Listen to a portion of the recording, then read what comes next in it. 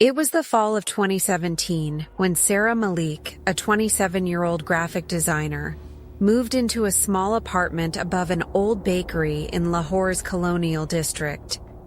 The rent was cheap, unbelievably cheap, and the owner, a wrinkled old man named Mr. Kamal, had warned her with a smile. "People don't usually stay long here." "It's too quiet at night," Sarah laughed it off, thinking he meant the occasional rat or noisy oven downstairs. The place had charm. Brick walls, a tiny balcony overlooking the narrow street, and the comforting smell of baked bread that filled the halls every morning.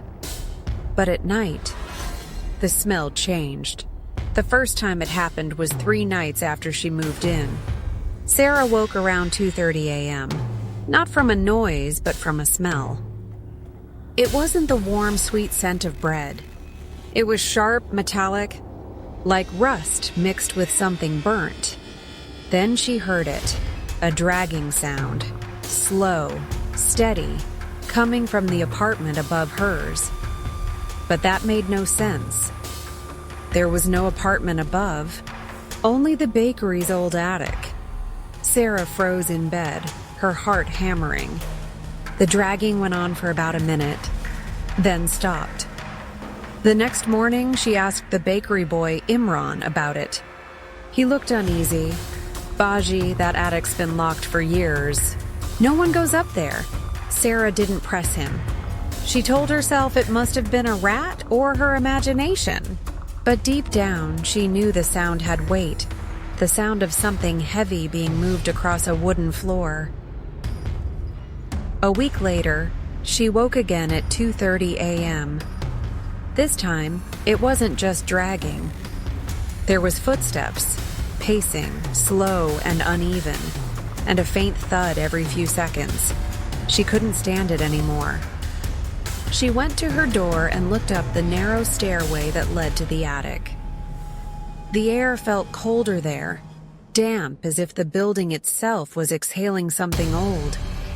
She turned to go back, but then she saw it, under the attic door. A thin line of light, not warm, not yellow, a sickly white glow like from a dying bulb. Sarah stood there frozen, watching that light flicker. Then, suddenly, it went out. The next day, she demanded answers from Mr. Kamal. He sighed heavily and said, "There used to be a family up there. The baker's son and his wife. They lived here. Until the fire." Sarah stared at him. "What fire?" "In 1998, he said quietly. They fought often. One night neighbors heard screaming. The next morning, only the husband's body was found. No one ever found the wife." Sarah felt her stomach twist. "And you still rent this place?" "People don't believe these stories anymore," he said. "But if you do, maybe you should leave." That night, Sarah packed her things, but she never got the chance to leave. At 2:30 a.m., the smell returned, stronger than ever. The metallic tang filled her lungs until she gagged. Then came the dragging. This time, it wasn't above. It was right outside her door. Sarah stood trembling in the dark, clutching her phone. The footsteps stopped. Silence. Then, 3 slow knocks. Thud. Thud. Thud. Her phone light flickered as if something was draining the battery. The doorknob began to turn. Slowly, deliberately. And then, from the other side of the door, she heard a whisper. Faint, broken, and female. "He's still here." The smell of burnt flesh filled the room. When police came the next morning, the door was locked from the inside. Sarah's belongings were still packed. Her phone was on the floor, recording for 47 minutes of silence. Except for the last 10 seconds, a dragging sound, and then a woman's soft laughter. They say the attic light still flickers some nights at 2:30 a.m., and if you walk past the bakery, you might smell bread. Or something far worse. Story 2. The Haunted Float Parade. I always thought Halloween was stupid. Just costumes, candy, cheap scares. But that changed when I helped run the city's Halloween parade back in 2019. That night, I learned that some horrors hide in plain sight. I was 24 then, and had volunteered to coordinate the late floats and manage security along the march. The parade route stretched through downtown, past old Victorian houses, empty side streets, and finally ended in the town square with a big carnival tent and stage. The evening was electric. Kids in skeleton masks, witches, superheroes, lights, music, dancing. Everything felt celebratory, loud, exciting. The floats were elaborate. One fashioned like a graveyard, another a castle, another like a haunted cruise ship. I walked alongside them, checking wiring, ensuring safety, watching crowds. About halfway through the route, float number 7, a Mist of Shadows float, lost power. The music stuttered, lights dimmed, smoke machines sputtered. The driver radioed me. "We're flickering out. Need assistance." I ran over, tools in hand. The float's stage lights were dark, and in the gloom I saw something odd. One of the performers, a tall figure in a monster mask, was standing motionless off to the side, too still, facing the crowd. Nothing habitual. Not part of the choreography. I flicked my flashlight toward them. The figure jerked, spun around, and vanished into the darkness behind the float. My skin crawled. I radioed the driver to hold and ran ahead to scout. As I passed under lighted arches and lanterns, I kept glancing back. The float seemed to drift slower than the others. Shadows stretched behind it. At one narrow turn, I saw the same figure again, on a balcony of a house along the parade path. The balcony was empty. No residents. Dark windows, curtains closed. But the figure stood there, garbed in a ragged cloak, mask glinting in the stage lights. I blinked, and it was gone. As the floats approached the town square, the crowd got denser. Children pressed forward. The music was loud. I stayed close to float number 7, trying to keep an eye on that figure's silhouette. I glimpsed. They were always at the edge, just behind or following, a phantom behind the performance. Then, just as float number 7 entered under the big archway into the square, the performer from earlier leapt forward, unmasked. The crowd gasped. It was not a member of the float crew. Their face was gaunt, pale, eyes hollow, and their lips cracked in a slow smile. They raised an arm, as if to wave, but their fingers were rigid, spidery. Silence struck the square for a moment, as if all sound died. I reacted without thinking. I lunged forward, grabbed the performer's shoulder. Instantly, they whipped around and shrank back. Their face blurred, features stretching, mask and flesh warping. For a moment, I felt the crowd's light hit them, contours impossible, limbs too long. Then they darted backward into the crowd, melting into shadows. Panic erupted. People screamed. The float's fog machines choked out wisps of smoke. Music crashed back in. Staff and security swarmed. I radioed for backup. We searched the stage area, backstage, alleys. No trace. Later, reviewing video footage from parade cameras, there was something. In the frames right before float number 7 entered the square, a dark figure loped along behind the float, matching its path, head cocked in unnatural angles. In some frames, the figure's mask seems to shift shape, elongating. In one clip, The figure's eyes glow faintly red for one frame. No one ever claimed that figure. No one reported a missing performer. The float crew said everyone was accounted for. The crowd whispered rumors. I saw that guy staring all along. He wasn't part of the show. I left the parade route that night shaken. Even weeks later, when I rewatched the footage, I caught a glimpse of that figure in the windows of houses along the path, impossible reflections. Now, whenever I pass a Halloween parade, I scan behind me, looking for that distorted silhouette, that unnatural motion, because I no longer believe the scares are confined to props. Some follow you. Story 3: The Wrong Patient. When you work as a night nurse, you learn to live with silence. It becomes a living thing, breathing with you, watching with you. But that silence almost killed me. I worked the night shift at Shah Medical Complex, a half-abandoned hospital wing in Karachi. Budget cuts, low staffing, flickering lights, you name it. My job was simple: monitor patients in Ward C, mostly elderly people in recovery. The first few weeks were routine. Then, on October 30th, everything changed.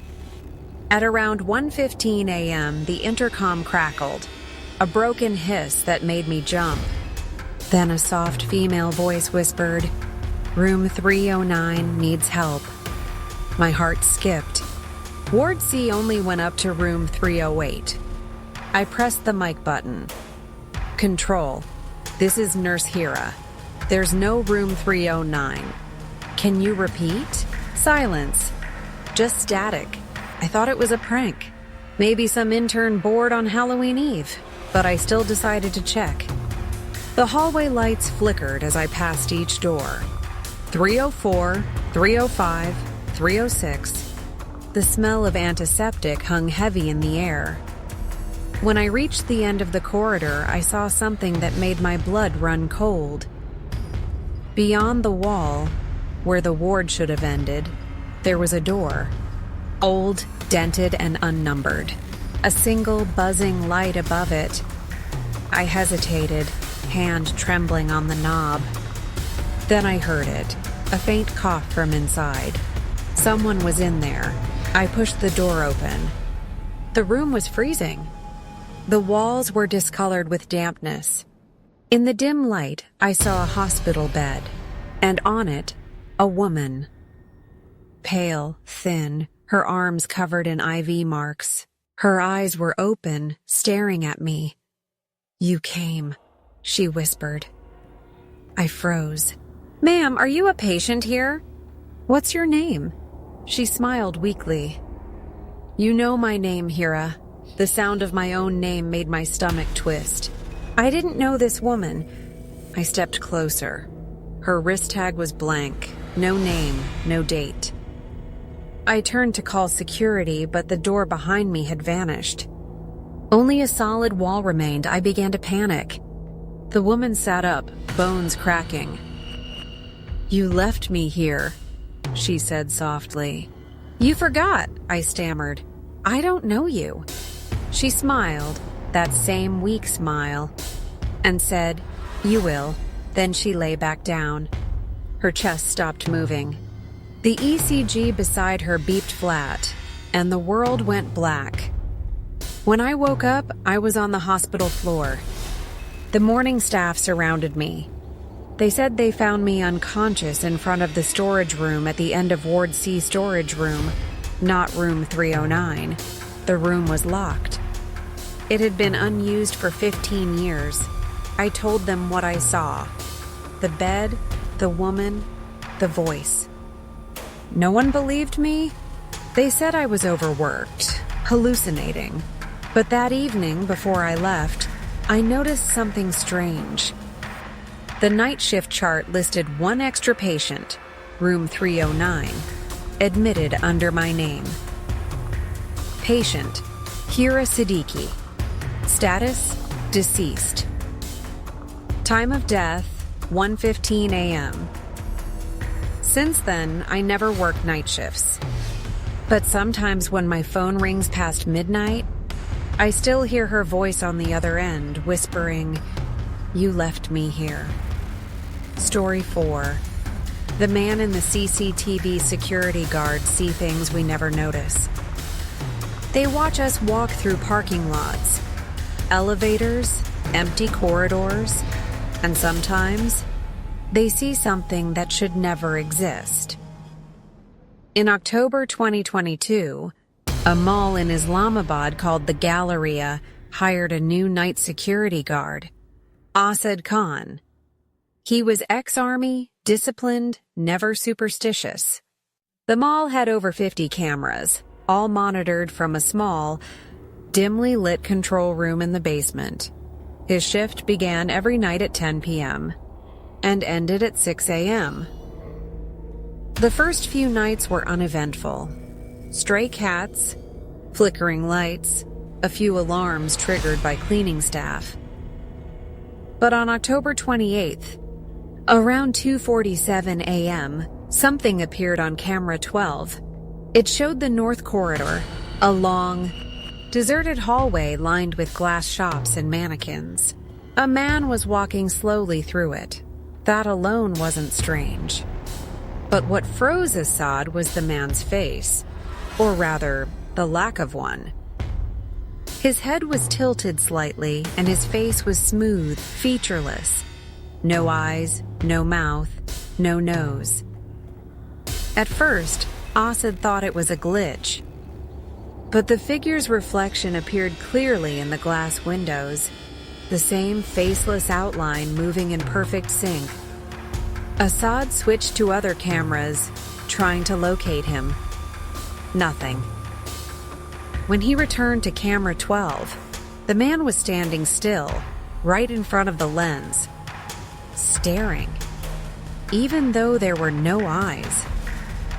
Asad felt watched. He radioed his colleague Bilal, who was patrolling near that corridor.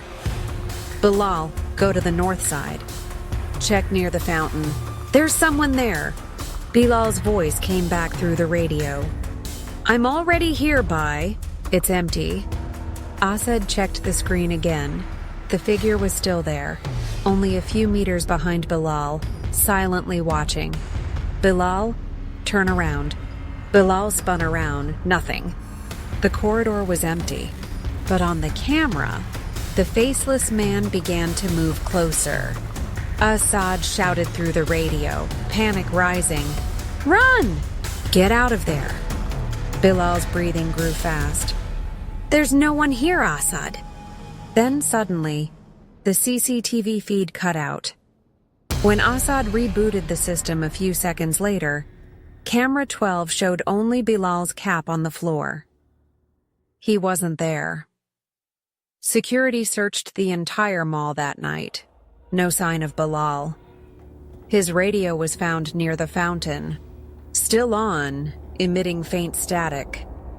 The next morning, the footage was reviewed by mall management, but when they opened the files, camera 12's recording was missing, completely erased.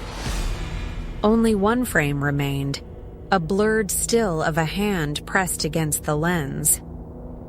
3 days later, another guard found Bilal's body inside the locked storage room on the top floor. He had no injuries, but his face was pale and expressionless, as if all features had been drained away. The management shut down the mall for 2 days. When it reopened, Asad refused to work nights. He said that sometimes when he passed the control room monitor, camera 12 would flicker on by itself.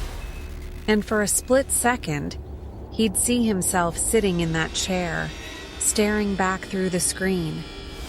Without a face. They say the Galleria's night shift is always short-staffed. No one stays past 2:47 a.m. anymore. Because every October, the faceless man returns to make sure someone else joins him on camera 12.